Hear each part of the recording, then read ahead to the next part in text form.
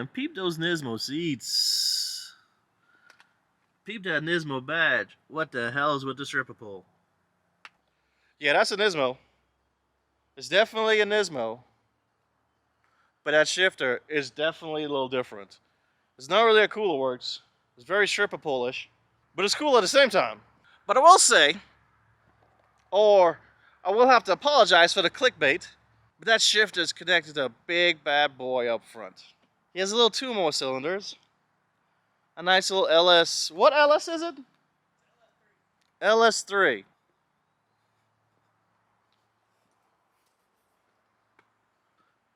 She's got a nice stance. It is pretty clean. But yes, some of you guys are cussing right now, angrily typing on the keyboard. Why the hell is there LS3 and a beautiful ass Nismo? Because of that cool ass stripper pole in the middle. No. It's pretty cool. But instead of taking it from me, let's go and talk to the dude that put it in together. Alright, so here's the madman behind the sauce. Steve Sauce. How you doing, man? I'm good, man. How's it going? Doing alright. Why in the heck, first of all, everybody want to know, why the heck did you put an LS in this? So I did not start out looking to just put an LS in a Z. I had an LS1240 I was using for some track stuff. And then I drove a Z33 and I was like, oh man, this is just such a better platform, better portfolio for what I'm trying to do on the track. And I rescued this Nismo car from essentially a junkyard. Dude turned it in with almost 200,000 miles on it, beat up on all the panels, leaking fluid from everything you can leak fluid from, and they were actually going to just crush it. So I snagged this super cheap to the full resto. And I was looking at powertrains. I really wanted to do a 2J at the time, but 2Js were just a little outside my ballpark. You know how crazy those things can get. Yeah. And picked up this low mileage LS3 with plans to supercharge it later. Not quite to that step, but put LSA heads, cams and everything, obviously, or cam and everything, obviously. And kind of got it set up to rip. It's pretty fun in it right now. It's definitely going to be fun when we had a little more party power later. So you did mention track. Give these guys a little quick background on what track you talk about. Oh yeah, so I started out doing a lot of grip stuff, and that's what I kind of set this thing up for right now. So just like a lot of HPDs, hidden road courses, and then my buddy Dimitri got me into drifting, and this is a little too nice to drift right now, so I put together that VK car. And that's what we're using on the drift days, but try to hit both the grip and the drift side of things. You said we don't know it's a Nismo. What year is it? This is a 07. How did you find it? Like you said, you saved it from some random dude. It was a trade-in at a dealership in Mississippi, and the dude, it had switched hands like 6 times, going through auction to auction to auction. And this little like rebuild salvage title car places threw it on eBay, and I picked it up on eBay. I think it was like $4,000 or $5,000. Oh dang! Yeah, so he put it up, and he was like, I think he was gonna part it out after that. So I kind of saved from the part side of thing. Let's get down to some stuff you've done to it since you've rescued it. What have you done for wheels and tires? So I got a set of Forge Line wheels on there, Bridgestone tires. That's one set of wheels. I've got the original Nismo wheels too. I got a set of square 19s that are going to go on there here pretty soon because I always like that look. Gotcha. But suspension wise, it's got Powertrix coilovers, and then all the suspension arms, obviously, all the bushings, which is always a fun job to do. And then GK Tech lower control arms, a little bit more angle in the front with rack spacer and the upper control arms, and that's pretty much it. So it's got a little more angle, but I kept the stock Ackerman set up, so it's not on a angle kit, but it's gets you a little more angle, and it's got quite a bit of grip on it. That sounds cool. That sounds really nice. So appearance wise, I see some carbon fiber peeking here and there. What you done? Yeah, so I always loved the GTR Nismos. Everything's carbon, right? And the original intention with this car when they made it and they painted the gray on the lower was to have carbon, but obviously doesn't fit at that price point at 2007. So I saw Shine Auto was making a kit that is all carbon, so this one's been changed over. I've still got all the original parts, but for now I just wanted to do something a little different, so it's kind of a low-key plain weave carbon setup instead of the lower gray trim. Nice. And it is obviously wrapped. What wrap is it? Yeah, so I was going to do paint, but I'll be honest with you, I didn't love the factory red, and I wasn't ready to do a full paint. I wanted to do something a little different there. So in the meantime, I wanted to do like kind of the gnarly look. So this is Avery Cross Gray. dark gloss gray. And then I've got, of course, purple, you know, on my other car. Yeah. So I've got a purple Inzotech wrap I'm going to throw on there probably later this year. What have you done with the interior? Tell us about that stripper pole in the middle. So this is I grabbed a low mileage LS3 powertrain out of a 2013 Camaro. And they have a TR6060, so it's not this T56. So the shifter setup's a little different on them. And nobody's really making aftermarket shifters. So I grabbed this one from S1 Sequential in Australia. It's made for Holden vehicles. Gotta love those Aussies. Oh, dude, they make some cool stuff. What I did not realize was how tall it was. So I thought mounting it to the bottom part of the trans tunnel, it would be about maybe 4 or 5 inches shorter than what it is now. So I'll probably redo that midsection and bring the stripper pole height down just a little bit. You don't like it so high, so close to the wheel. Dude, when I first put it in, I was very disappointed. But actually, after driving it, it's really nice. I don't mind it at all. I do want to add a hydro to this car at some point. Get in the way of the yeah, hydro. so it's a little close there proximity-wise. I've got one that mounts to the side. It's a GK Tech one that's a little out of the way, so we'll try that first and then go from there. I see that. Yeah, I see that. Okay, cool. Overall, what do you love about this car? Oh, man, I think the Z is such a great chassis. I mean, you can use it for sliding. You can use it for grip. It's just such a great point-and-shoot car. I like this kit in particular. I was in college at the time that this car came out, and it was just such a wild design for the time. I mean, people were doing body kits and stuff, but it was nothing this wild at that time. And I always wanted one. It was always on my radar. So I think it's the crazy looks and then just how easy the chassis is to make, really competitive in newer cars. No, man, I love it. It's a really neat build. I know a lot of people are going to be angry because of the swap, but it was a necessity. The thing was on its last leg, and I know you're happy that you saved it. It looks awesome. It's a nice looking build. But let's see how it drives and let's see how it sounds. Let's do it, man. All right. What's up, guys? Let's see how this thing sounds. I'm gonna start up.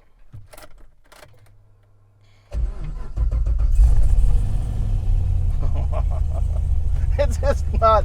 It's not the sound you should hear. You good? Is it in the way? Cord in the way? No, you're all good, man. Okay. Yeah, let's go. That's not.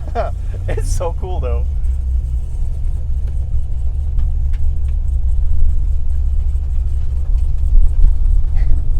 Those stickies pick up everything. Yeah. I can tell you're very accustomed to these switchbacks. Yeah, we can get some. The drift car's fun because you can kind of kick it coming up here.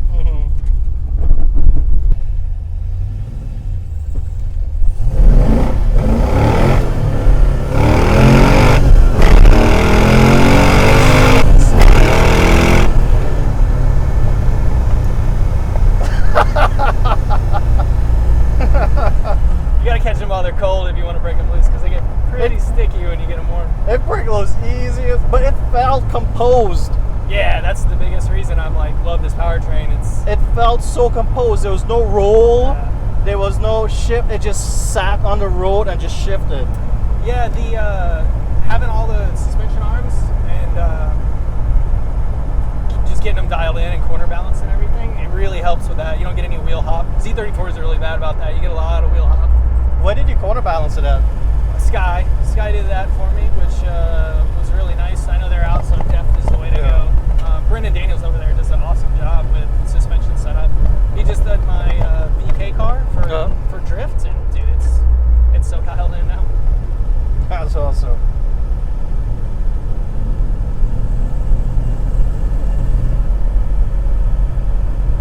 Dude, this sounds wild.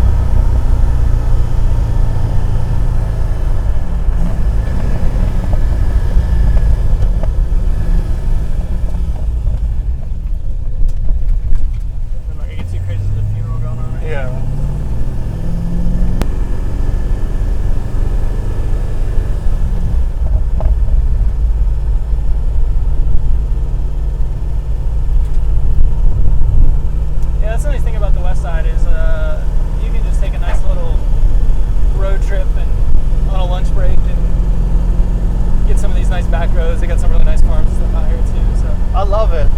That's one thing I always say. I love Tennessee's back roads. oh man, it's so underrated. Well, I moved up here from Florida, and that was like, You probably had a sensory overload because Oh, Florida is so flat and straight. it was just really nice aspects of it.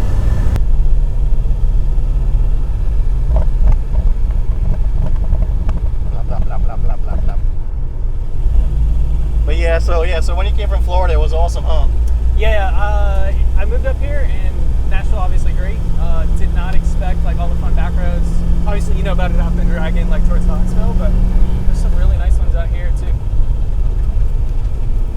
Yeah, sometimes I just sit on Google Maps and just look at the satellite view with the terrain, and just look for just really curvy roads, and I just go drive them.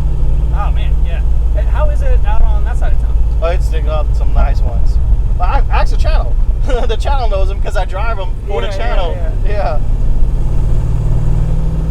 So that's the other thing too, is that I actually look for roads just to drive for the channel. Oh man.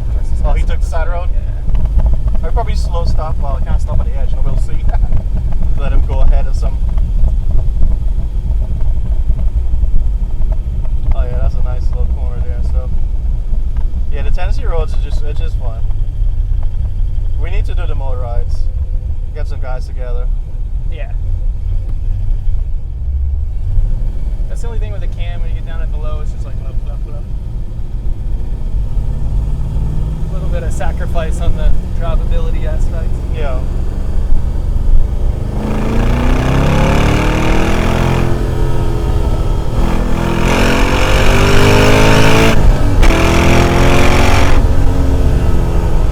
Shit.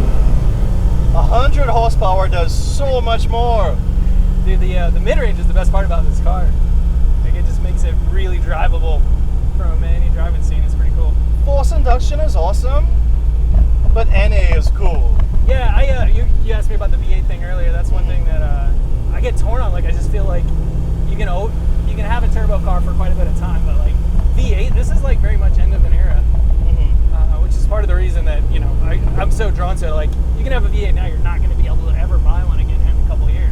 Yeah, everybody's going to turbo fuel economy and stuff like that. Yeah, exactly. Downsized turbo. E stuff. Yeah, for sure. I'm really curious with the new Mustang that's coming out here in 24, 23, if it's going to be twin turbo V6 on there. Like how they got rid of it on the trucks, the Raptors. Yeah. So How they got I'm rid of the curious how Raptors, they keep it on that one. Because even the GT is the V6. Yeah.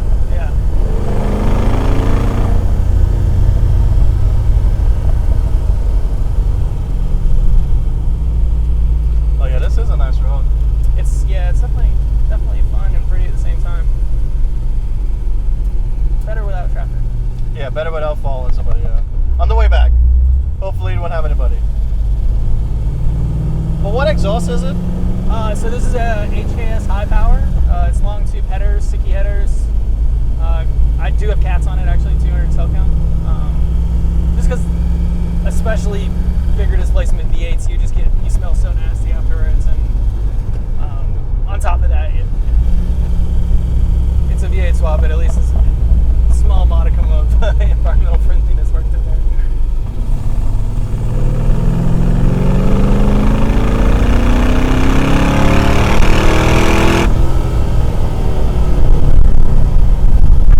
Factory brakes, but it's two-piece rotors? Not the two-piece on this. I've got a track ped set up with just the standard single rotors right now. I would like to get those eventually, though. They're really nice setup. Yeah. Somebody scared me away, though. They showed me a failure issue they had on the Z1 once. I wanted to do a little more research before I jumped in on it. Did it crack? Yeah, it was just like a inconsistency issue with the hat and the... I think it was on the hat side. I want to say it was Billy that was showing me that.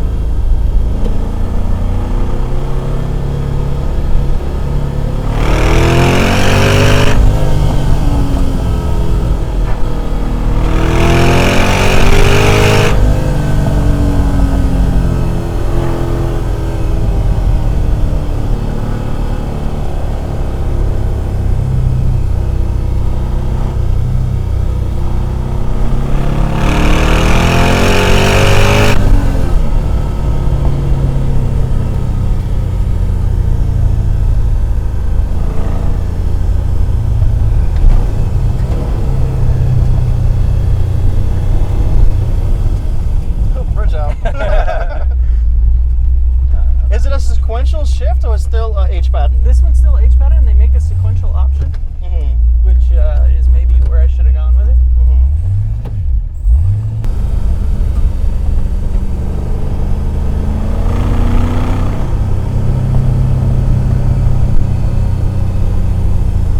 I mean, she sounds good though. I like that it's not too crazy loud either. Yeah. I was going for, remember when 350Zs launched, it kind of sounded like Japanese muscle cars, bigger displacement, but that original DE exhaust was awesome.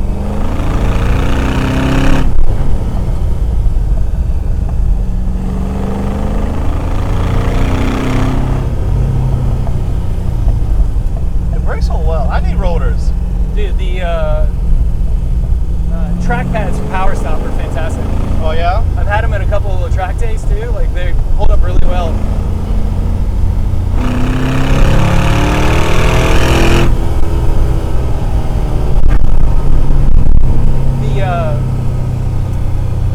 The little bit of noise on your daily drive, a little squeakiness, but not too bad.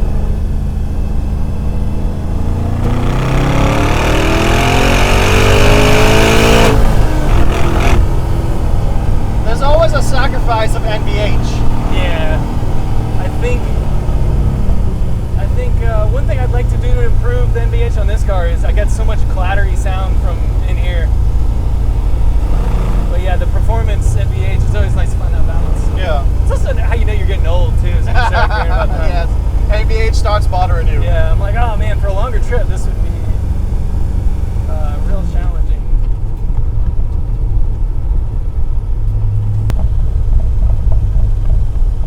Unless you know a spot you want to go do like a quick 1, 2, 3 pull. I'll do right. We'll turn around and come back down. Okay. I just don't want to do it right here because Yeah. the funeral. That'd be a little on the disrespectful side. And then everybody like, man, you change your brakes. Oh, no, sport brakes. Sport Yeah. brakes just squeal. Yeah, that is tough. Especially if you're like in traffic. Like I was leaving work a couple times there in Cool Springs, and you're just like.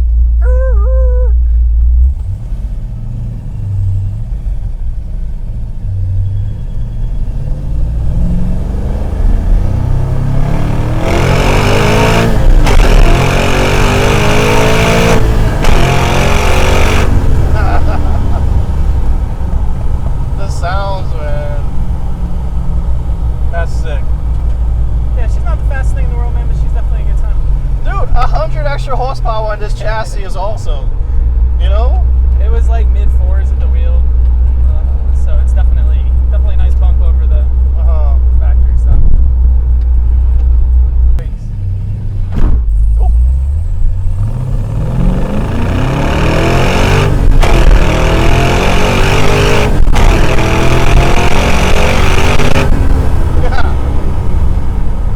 That's the crazy part is like you can even drop the clutch and these tires are like, nope.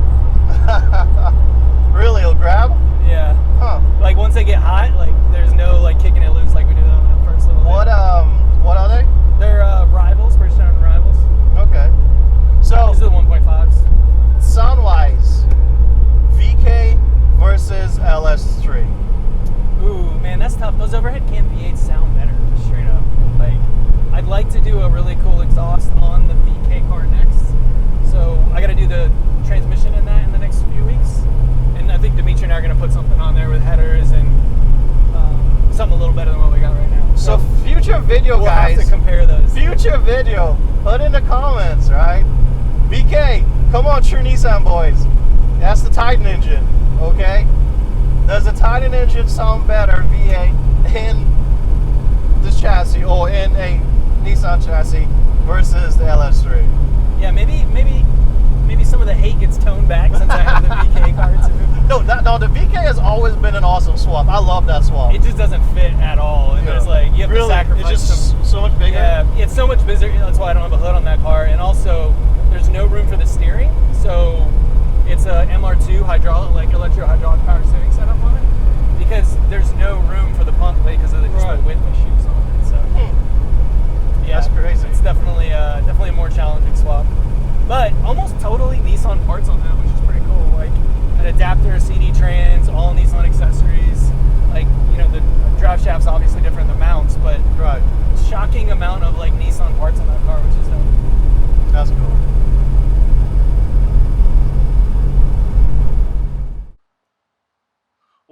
gentlemen, how was that sauce? Man, that was a fun ride. That was crazy. The sounds, man. Come on. Put aside the sacrilege. It is a Nismo chassis, but it was a salvage Nismo chassis. He did us a favor. He did the Nissan world a favor and saved it from demise. It's still sacrilegious a little bit, I will agree, but it sounds so damn cool. That extra, how much, what, 450-ish? About 450? 450 NA power. That extra 100 power. Wheel horsepower. Wheel horsepower? Yeah, that extra 100 wheel horsepower. That's fun. That's fun. I guess that's the appeal of those supercharged guys. You get that extra 100, 150, wind up, RPM, predictable power thing stuff. But I love it. And what I would love, especially if you want to hear that VQ car he's building. Remember that Titan truck engine that's huge, that he's shoehorning into a G35 or Z33 this time. Okay. So what I would love is for you guys hit that like, hit that sub, make a comment if you want to see that car when it's done. Let us know what you're doing. Let me know what you think about this piece of machinery. And that stripper pole. You gotta love that stripper pole. I really like that. You guys know I have a blue knob in mind that I really love. The height is so close to the steering wheel. Ergonomically, I love it. But that's a cool stripper pole too. And on that note, guys, y'all take it easy.